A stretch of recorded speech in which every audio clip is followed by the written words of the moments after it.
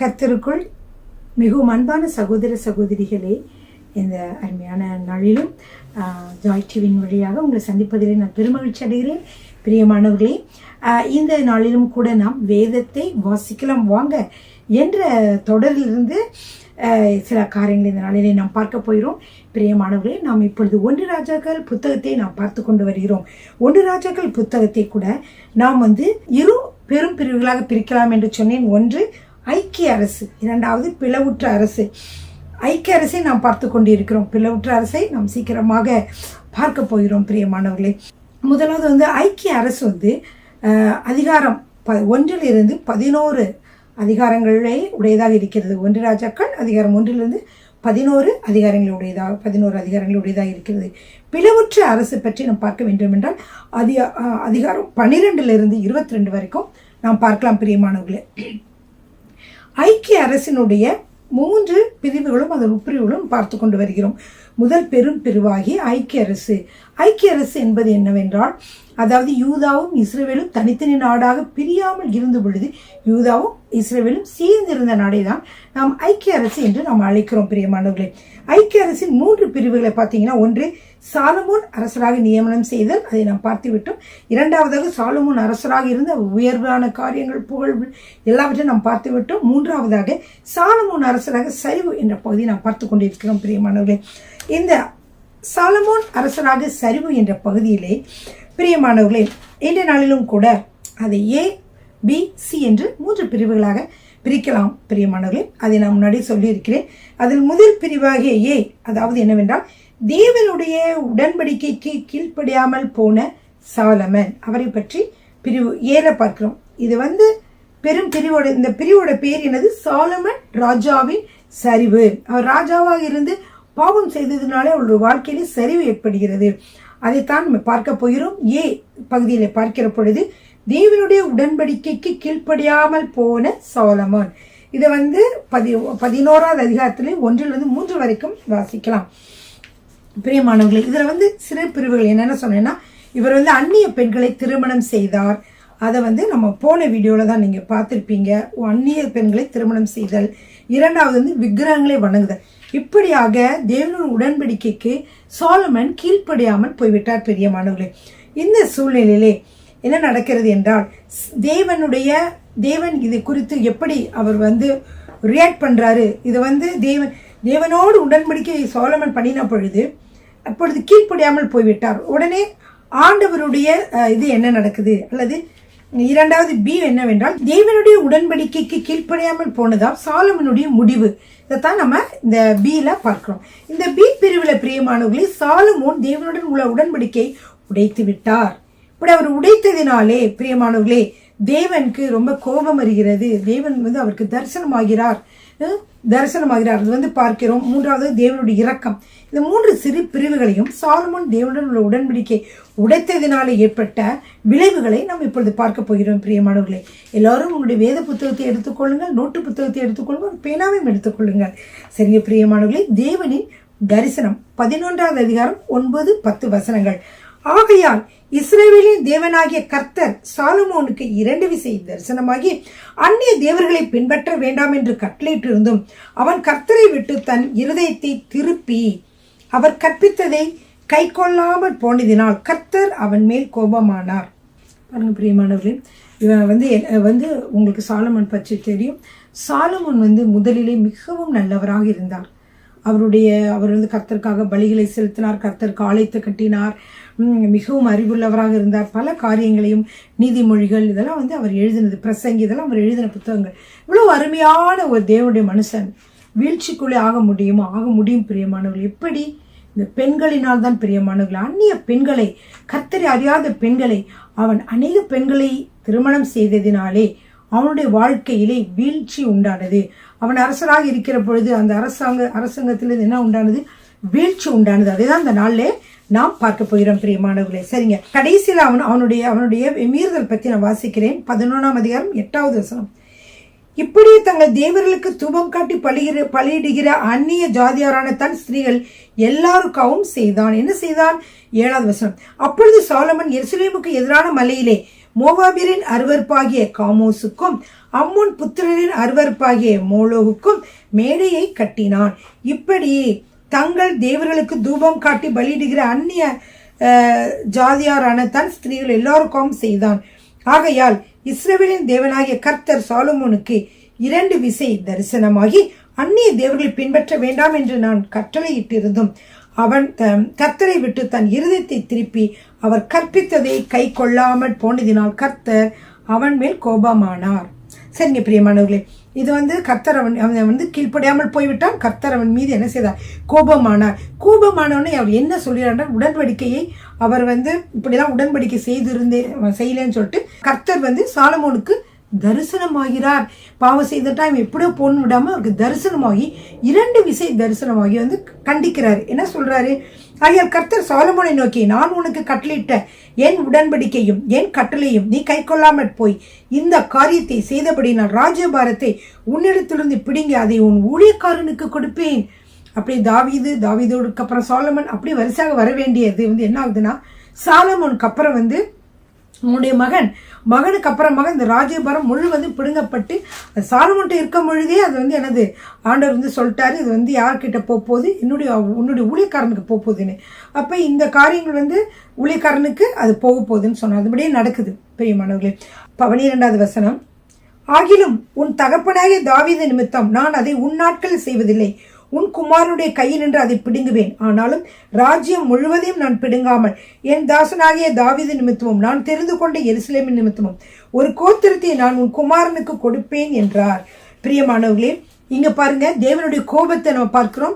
2வதாக தேவனுடைய கோபத்தினாலே சாலமோனுக்கு கொடுக்கிற அந்த தண்டனையை நாம் பார்க்கிறோம். பிரியமானவர்களே, என்ன தண்டனை என்றால், உன்னுடைய சிங்காசனமானது, அதாவது தாவீதுக்கு அப்புறம் சாலமனுக்கு அவர் மகன் அப்படின்னு வருவாங்களே, அதை நான் ஸ்டாப் பண்ணிட்டேன். இல்லை, நீ எப்போ விக்கிரகங்களை கையெடுத்தியோ எல்லாத்தையும் நீ கோயிலுக்கும் தேவையில்லாத கோயிலாம் கட்டி நீ கும்பிட்டு, அப்போ எனக்கும் உனக்கும் உள்ள உடன்படிக்கை உடைந்தது. அதனால என்ன செய்ய போறேன்? நான் உன்னுடைய குமாரன் ஆனால் கூட உன்னுடைய காலத்தில் நான் செய்ய மாட்டேன். அங்கே ஒரு இரக்கம். 3வது தேவனுடைய இரக்கம். அதாவது தேவனுடைய கோபம். 2வது தேவனுடைய கோபத்தினாலே விளைவுகளை ஆண்டவர் சொல்றாரு. அவர் தேவன் அவனுக்கு தரிசனமாக சொல்வது 2வது. 3வது தேவனுடைய இரக்கம்.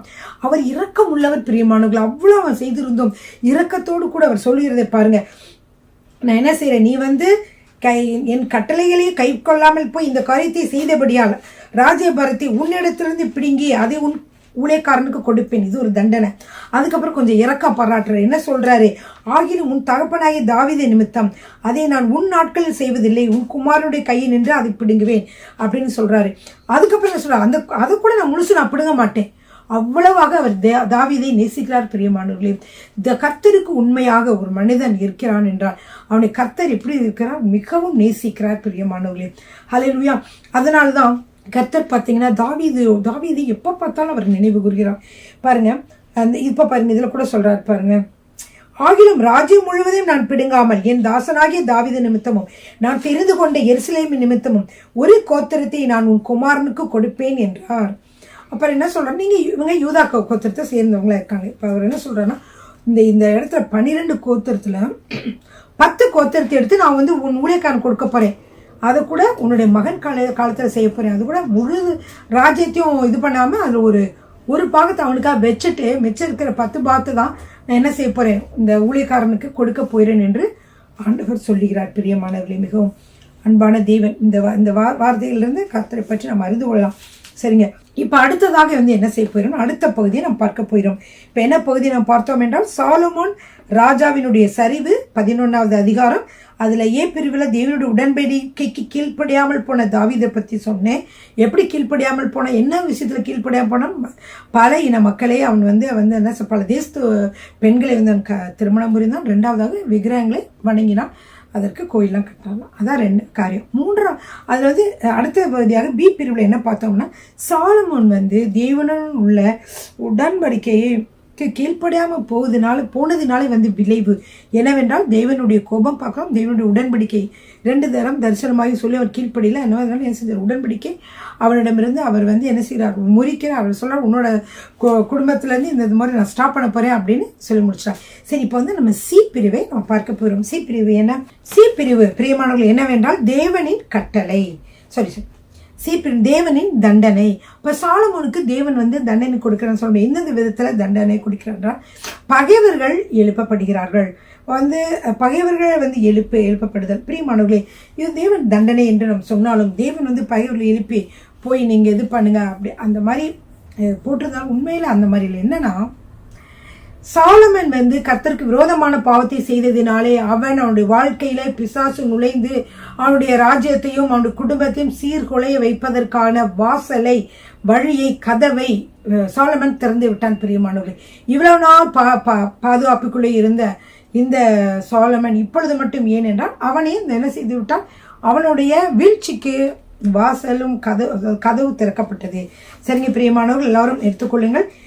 தேவனுடைய தண்டனையாக சொல்லப்பட்ட இந்த பகைவர்கள் எழுப்பப்படுகிறார்கள். இந்த பகைவர்கள் யாரான்னு பார்க்கும்போது, ஒன்று ஏதோமியனாகிய ஆதாத். 11ஆம் அதிகாரம் 14-22 வசனங்களை வாசிக்கலாம். 11ஆம் அதிகாரம் 14 பாருங்க. கர்த்தர் ஏதோமியனாகிய ஆதாத் என்னும் ஒரு விரோதியை சாலமோனுக்கு எழுப்பினார். இவன் ஏதோமில் இருந்த ராஜகுலமானவன். இந்த ஏதோமியனாகிய ஆதாத் முதல் பகைவன். ஏன் இந்த எதிராளி எப்படி வர்றாரு அப்படின்னு சொல்லி நீங்க பாத்தீங்கன்னா, தாவீது தான் பாருங்க. ஃபர்ஸ்ட் இதுல தாவீது அவருடைய காலத்துல பகைவர்களை முறியடிச்சு ராஜ்யத்தை பெருசாக்கிட்டு இருந்தார்.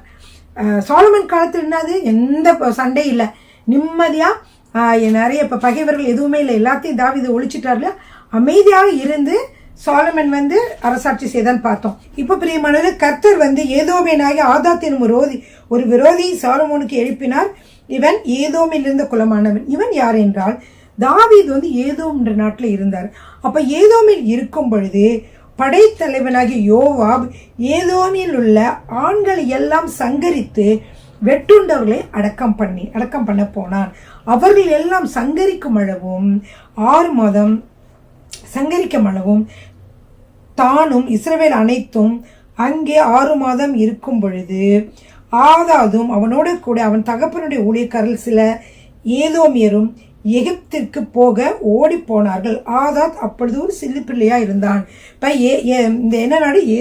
ஏதோம் என்ற நாடு. இந்த ஏதோம் நாட்டுல யோவாப், அதாவது தாவீதுடைய படைத்தலைவன் யோவாப் எல்லாரையும் அங்க இருக்க ஆண் மக்கள் எல்லாம் சங்கரித்தான். அந்த நாடை அவங்க வெற்றி கொண்டார்கள். அப்பொழுது என்னது நடந்தது என்றால், ஆதாத் என்கிற ஒருவன் மட்டும்.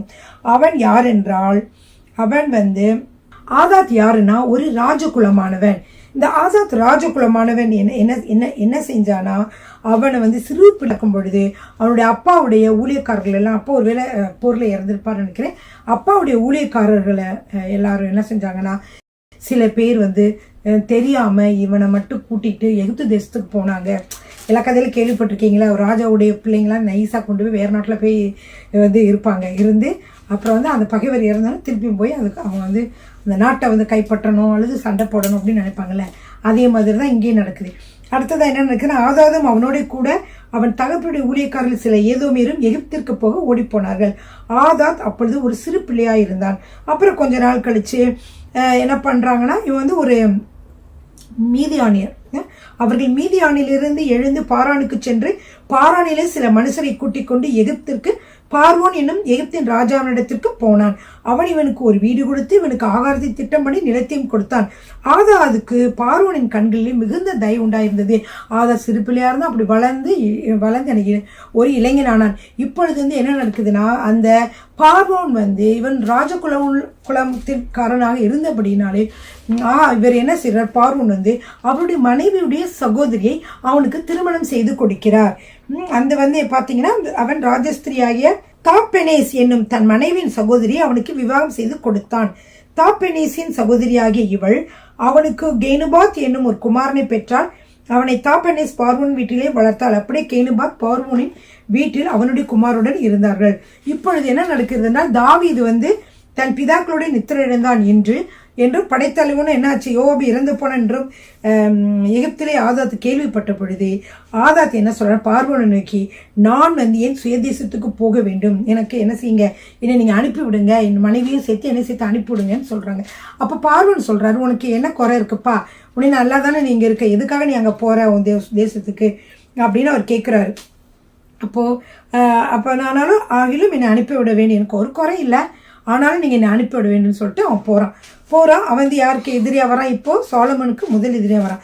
ரெண்டாவது பாருங்கள், ரெண்டாவது வந்து 23வது வசனம், எலியதாவின் குமாரனாகிய ரேசோன் எனும் வேறொரு விரோதியை தேவன் எழுப்பினார். இவன் தன் ஆண்டவனாகிய ஆதாதேசர் என்னும் சோபாவின் ராஜாவை விட்டு ஓடிப்போய் தாவீது சோபாவில் உள்ளவர்களை கொன்று போடுகையில் அவன் தன்னோடு சில மனுஷரை சேர்த்து கொண்டு அந்த கூட்டத்திற்கு தலைவனானான்.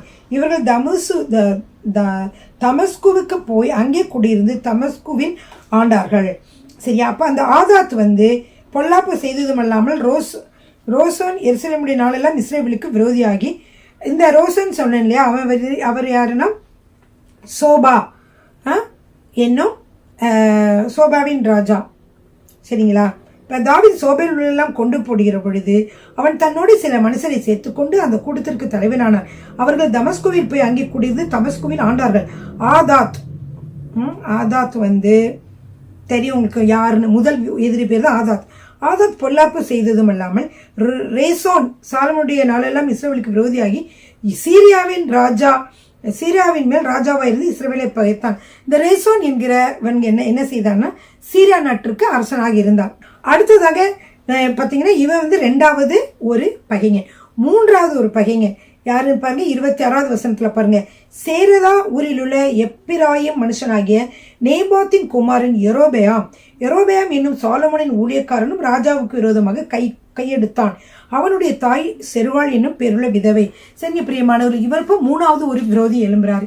அவர் தான் எரோபெயாம் என்கிறவர். இப்ப என்ன நடக்குதுன்னா, அவன் ராஜாவுக்கு விரோதமாய் கையெடுத்த முகாந்திரம் என்னவென்றால், ஏன் ராஜாவுக்கு விரோதமாக நடக்குதுன்னா, சாலமோன் வந்து மில்லோவை கட்டி அதுல வந்து தன் தகப்பனாகிய தாவீதுடைய நகரத்தின் இடிந்து போன இடங்களை பழுது பார்த்த பொழுது எரோபெயாம் என்ன செய்கிறான் என்பவன் பராக்கிரமசாலியா இருந்தான். அவன் காரிய சமர்த்தனான வாலிபன் என்று சாலமோன் கண்டு யோசிப்பு வம்சத்தாரின் காரியத்தை எல்லாம் அவன் விசாரிப்புக்கு ஒப்புக் கொடுத்தான். பிரியமானவர்களே, பந்தி விசாரிப்புக்கு மணியக்காரர்கள் அப்படின்னு நிறைய பேர் வச்சிருந்தார் சாலமன், உங்களுக்கு தெரியல. அதுல வந்து யோசிப்பு வம்சத்தாரை விசாரிக்கிறதுக்காக இப்ப யாரு வச்சிருக்கிறாரு? எரோபெயாமை வச்சிருக்காரு. பிரியமானவர்களே, சரிங்களா? சரிங்க. அப்போ வந்து எரோபெயாம் எருசலேமிலிருந்து இருந்து வெளியே ஒரு நாளைக்கு வந்து ஒரு தீர்க்கதரிசி அவரோடு பேசுகிறார் எரோபெயாமோட. அதனாலதான் எரோபெயாம் வந்து சாலமோனுக்கு விரோதியாக மாறுகிறார். இது என்ன வசனங்கள் வந்து 29வது வசனத்திலிருந்து வாசிக்கலாம். அக்காலத்தில் எரோபெயாம் எருசலேமிலிருந்து வெளியே போகிற போது சீலோனியனாகிய அகியா என்னும் தீர்க்கதரிசி புது சால்வையை போர்த்து கொண்டிருந்து வழியிலே அவனை கண்டான். இருவரும் வயல்வெளியிலே தனித்திருக்கையில் ஆகியா என்ன செய்கிறார் என்றால், ஐயா தான் போர்த்து கொண்டிருந்த போர்வையை பிடித்து, அது புது சால்வை, அதை பிடித்து 12 துண்டுகளாக வெட்டி என்ன செய்கிறார்னா, எரோபெயாமை நோக்கி 10 துண்டுகளை நீ எடுத்துக்கொள். இஸ்ரவேலின் தேவனாய கர்த்தர் சொல்லியது என்னவென்றால், இதோ நான் ராஜ்யபாரத்தை சாலமோனுடைய கையிலிருந்து எடுத்து கிழித்து உனக்கு 10 கோத்திரங்களை கொடுப்பேன். ஆனாலும் என் தாசனாகிய தாவீதுக்காகவும் நான் இஸ்ரவேல் கோத்திரங்களெல்லாம் நான் தெரிந்து கொண்ட எருசலேம் நகரத்திற்காகவும் ஒரு கோத்திரம் அவனுக்கு இருக்கும். எருசலேமை கர்த்தர் மிகவும் நேசிக்கிறார், தாவீதை கர்த்தர் மிகவும் நேசிக்கிறார். இன்னும் சொன்னால் ஒரு கோத்திரம் என்ன செய்யும், இங்கேதான் இருக்கும் அப்படின்னு சொல்லிட்டு அதை வந்து நான் வந்து கொடுக்க மாட்டேன் சொல்லிடுறாரு. அவர்கள் என்னை விட்டு சீதோனியரின் தேவியாகிய அந்த மாதிரி நான் செய்கிறேன் அப்படின்னு காரணம் சொல்றாரு. அவர்கள் என்னை விட்டு சீதோனியரின் தேவியாகிய அஸ்தரோத்தையும் மோவாபியரின் தேவனாகிய காமோசையும் அம்மோன் புத்திரின் தேவனாகிய மில்கோமையும் பணிந்து கொண்டு அவன் தகப்பனாகி தாவீதை போல என் பார்வைக்கு செம்மையாய் இருக்கிறது செய்யவும் என் கட்டளைகளையும் என் நியாயங்களையும் கைக்கொள்ளவும் அவர்கள் என் வழியில் நடவாமல் போனபடினா அப்படி செய்வேன். நம்முடைய தேவன் எப்படிப்பட்டவராக இருக்க, மிகவும் எரிச்சலுள்ள தேவனாக இருக்க. இந்த விஷயத்துல கர்த்தருக்கு பிடிக்கவே பிடிக்காது. ஏன்னா தேவனை விட்டு போனால் யார் தான் பிடிக்கும் இல்லையா? அதனால தான் பிரியமானவர்களே, இது வந்து ஒரு விபச்சாரத்திற்கு சமமாக அடிக்கடி ஆண்டவர் சொல்வார். என்னன்னா, கர்த்தர் வந்து நமக்கு வந்து ஒரு தேவன் வந்து நம்முடைய தேவனா இருக்கிறதுக்கு நம்முடைய ஒரு கணவர் போல.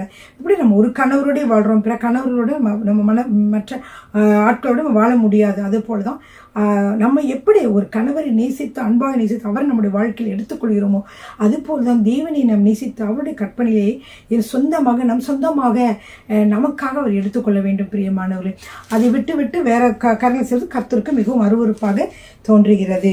சரிங்க பிரியமானவர்களே, அப்போ 34 வசனம் வாசிங்க. ஆனாலும் ராஜ்யபரம் முழுவதையும் நான் அப்பதே சொன்னார்ல, அதே சொல்றாரு, நான் ராஜ்யபரம் முழுவதையும் நான் அவன் கையிலிருந்து எடுத்து போடுவதில் நான் தெரிந்து கொண்டவனும் என் கற்பனைகளையும் என் கட்டளைகளையும் கை கொண்டவனுமான என் தாசனாகி தாவீது நிமித்தம் அவன் உயிரோடு இருக்கும் நாளெல்லாம் அவனை அதிபதியாக வைப்பேன். யாரை? தாவீதுக்காக வேண்டி சாலமோனை நான் உயிரோடு இருக்க வரைக்கும் அவன் ஒரு அதிபதியாக தான் இருப்பான் அப்படின்னு ஆண்டவர் சொல்றார். ஆனாலும் ராஜ்யபாரத்தை அவன் குமாரன் கையிலிருந்து எடுத்து அதில் 10 கோத்திரங்களை உனக்கு தருவேன். என் நாமம் விளங்கும்படிக்கு நான் தெரிந்து கொண்ட நகரமாகிய எருசலேமிலே என் சமூகத்தில் என் தாசனாகிய தாவீதுக்கு என்னாலும் ஒரு விலக்கு இருக்கத்தக்கதாக அவன் குமாரனுக்கு ஒரு கோத்திரத்தை கொடுப்பேன். அவங்க இவ்வளோ பாவம் செய்திருந்தாலும் நான் அவங்களுக்காக நான் என்ன செய்கிறேன்னா ஒரு கோத்திரத்தை அவங்களுக்காக நான் கொடுக்குறேன். 10 கோத்திரம் தான் நான் உனக்கு கொடுப்பேன் அப்படின்னு சொல்றாங்க. நீ உன் மன விருப்பத்தின்படி ஆண்டு கொண்டு இஸ்ரவேலின் மேல் ராஜாவா இருப்பதற்காக நான் உன்னை தெரிந்து கொண்டேன். நான் உனக்கு கட்டளையிட்டதெல்லாம் நீ கேட்டு கை கொண்டு நீ என் வழிகளில் நடந்து என் தாசனாய தாவீது செய்தது போல என் கட்டளைகளையும் என் கற்பனைகளையும் கை கொள்ளும்படிக்கு என் பார்வைக்கு செம்மையானதை செய்கிறது உண்டானால் நான் உன்னோடு இருந்து நான் தாவீது கட்டினது போல உனக்கு நிலையான வீட்டை கட்டி இஸ்ரவேலை உனக்கு தருவேன் அப்படின்னு ஆண்டவர் சொல்றாரு. இப்ப இஸ்ரவேல் யூதா அப்படின்னு 2 கோத்திரங்களாக மாறப்போகுதுன்னு சொல்றாரு. அப்படி சொல்றதை நம்ம பார்க்கிறோம் பிரியமானவர்களே. இந்த காரியத்தினால இந்த காரியம் சாலமோனுக்கு தெரிந்ததுனாலே சாலமோன் யெரொபெயாமை என்ன செய்தார்? கொல்ல வகை தேடினார் பிரியமானவர்களே. இதுல ரெகொபெயாம் யெரொபெயாம் 2 பேர் வரும். 2 பேர் நம்மளுக்கு குழப்பமா இருக்கும். அதனாலதான் நம்ம யோசித்து சொல்றேன். யெரொபெயாம் என்பது சாலமோனுடைய ஊழியக்காரன். அப்ப என்ன செய்தான் என்றால் யெரொபெயாம் என்ன செய்தான் என்றால் திருப்பி அந்த எகிப்து ராஜா ஒரு ராஜா இருக்கார். எகிப்து ராஜாவோட ஷீஷாக் என்னும் எகிப்து ராஜாவோட போய் அவங்க நாட்டில் போய் தங்கி இருந்து சாலமன் மரணம் அடையும் வரைக்கும் அங்கே ஒளிஞ்சதுன்னா என்ன செஞ்சிருவார்? நம்ம எப்படியாவது கொன்று விடுவார் என்று சொல்லி இருந்தான். பிரியமானவர்களை, சாலமோனின் மற்ற நடவடிக்கைகள் எல்லாம் அவருடைய ஞானமும் சாலமுடைய நடவடிக்கை எங்கே இருக்குன்னா சாலமுடைய நடவடிக்கை புஸ்தகம், அதாவது 4ஆகமம் 1 ராஜாக்கள் 2 ராஜாக்கள் பார்த்துட்டு நம்ம 4ஆகமம் புத்தகங்களை நாம் பார்ப்போம். பிரியமான இன்னும் அதை பற்றி விவரமாக போட்டிருக்கும் என்று அங்கே சொல்லப்படுகிறது. இப்போ சாலமோன் எத்தனை நாள் எத்தனை வருடங்கள் எருசலேமிலே அவர் அரசாண்டார் என்றால் சரியாக 40 வருடங்கள் அவர் அரசாண்டார்.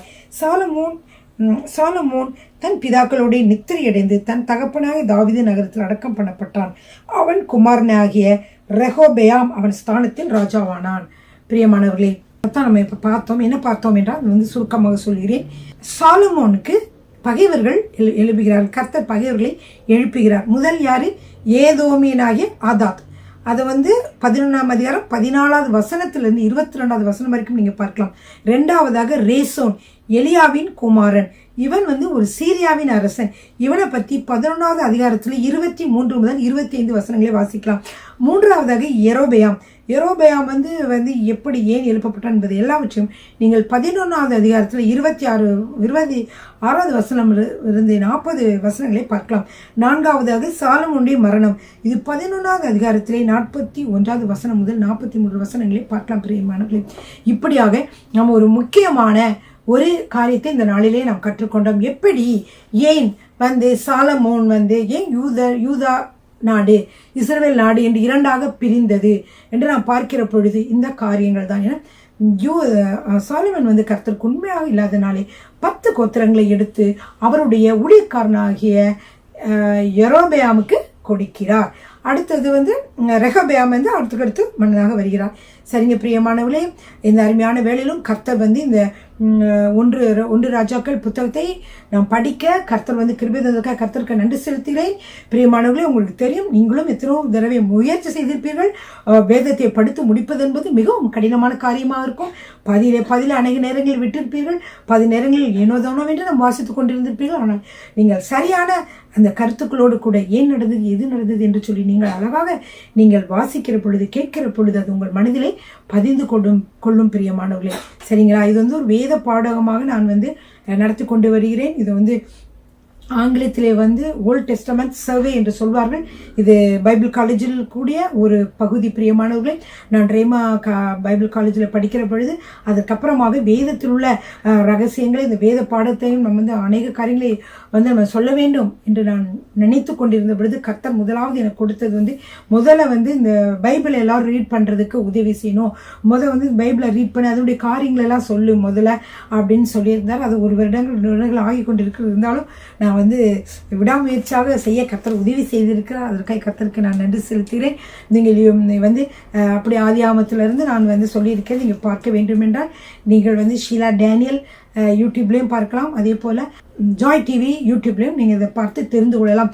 எல்லாமே உங்களுக்கு வரிசையாக வாசிக்க, அதாவது பைபிள் வாசிக்க தெரியாதவர்களாக இருந்தாலும், நேரம் பத்தாமல் இருந்தாலும் நீங்கள் வீடியோ போட்டு கேட்கலாம். அப்பொழுது உங்களுக்கு அந்த வேத பகுதியை படிக்க வேண்டும் என்று ஒரு ஆர்வம் உண்டாகும்.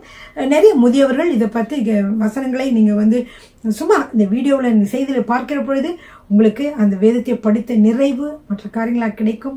ஏனென்றால் சில பேர் வந்து வாசிக்க முடியாமல் கண்கள் கொஞ்சம் பழுதுபட்டு அல்லது பலவீனமாக இருக்கிற மக்களுக்காக வேண்டிதான் இந்த காரியங்களையும் நான் சொல்லிக்கொண்டு வருகிறேன். எனவே நீங்கள் யூடியூபில் நீங்கள் நன்றாக அதை பார்த்து இன்னும் அறிந்து கொள்ளலாம். பிரியமானவர்களே, கர்த்தர் உங்களை ஆசீர்வதிப்பாராக.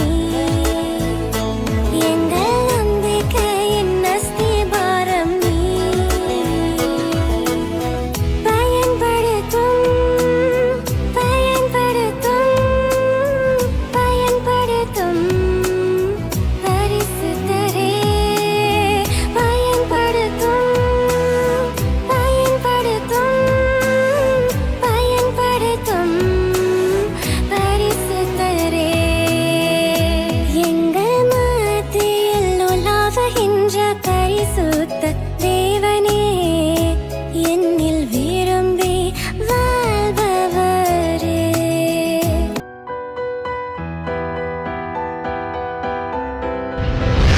கர்த்தர் உங்களை ஆசீர்வதிப்பாராக.